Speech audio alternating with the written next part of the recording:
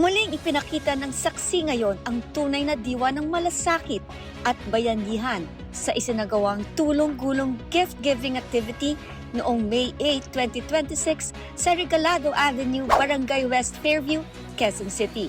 Katuwang ang Sogo Cares at iba't ibang partner organizations na mahagi ng tulong at almusal para sa mga TODA drivers at ting residente sa nasabing lugar. Tampok sa aktibidad ang mainit na suporta ng Figaro Foundation at Anghel Cafe na nagbigay ng masarap at mainit na kape upang makapagbigay sigla sa mga benepisyaryo. Naghatid rin ng saya at kabusugan ang Angel's Pizza sa pamamagitan ng kanilang paboritong pizza treats na labis na ikinutuwa ng mga dumalo sa programa.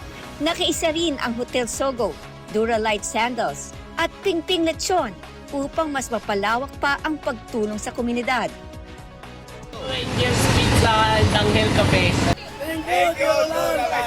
Sa simpleng paraan ng pagbabahagi ng pagkain, kape at tulong, muling pinatunayan na ang malasakit at pagkakaisa ay daan upang makapagbigay ng inspirasyon at pag-asa sa kapwa. Para sa saksi ngayon, ako si Tonet Tagle, nag-uulat.